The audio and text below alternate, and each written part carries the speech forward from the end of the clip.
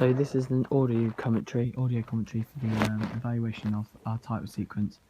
And yeah, before we started making our title sequence, we watched a variety of different horror title sequences to get some ideas, because we haven't really done this sort of thing before. So we were just trying to get some ideas and see what to really come up with. And we really like the idea of Seven, where they've used a variety of different camera techniques, and they've used many different objects which connote the horror genre really well. And we thought we'd try and recreate it because we want to look for a really similar sort of feel, so a sort of sadistic feel, and to kind of keep the audience interested and on the edge of their seats. So with the first shot, we've got Sam flickering the flame onto a dark background, which we believe is effective because, first of all, the flame connotes danger really well, and the black background also makes it seem dark, and you can't see anything else but the flame, so the audience are focused on it.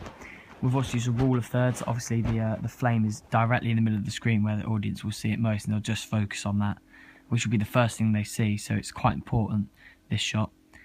Also we've synced the sound in. We've used Foley, where we've flickered the lighter next to a microphone, and yeah, we've used Foley. We've used 2 flickers before the fire actually comes on, because it kind of builds a bit of tension, and it also just improves the professionalism of our title sequence. It just makes it more easier for the audience. The second shot is the shot of the knife in the antagonist's hand, and this is effective because we've used the black and white filter through the next few shots to keep the visual style of our title sequence all the same, so it's not unprofessional, it's just all together, it runs nicely. The knife also gives connotations of murder, which again help to bring our genre across straight away in the title sequence. The audience aren't confused when the film starts.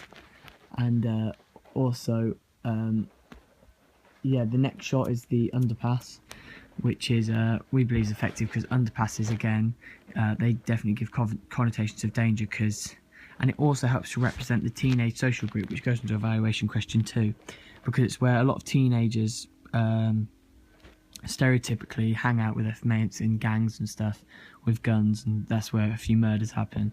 So we thought that would be a good idea to have the underpass in there, because it would really get across to the audience the idea of it definitely being a horror genre. Also in the background, I forgot to mention, the background music is of the church chiming, which is also quite sadistic, because it's quite a kind of sort of scary sound, dark theme tune in the background, which kind of also keeps the audience on edge and keeps them interested. It holds their attention on the title sequence.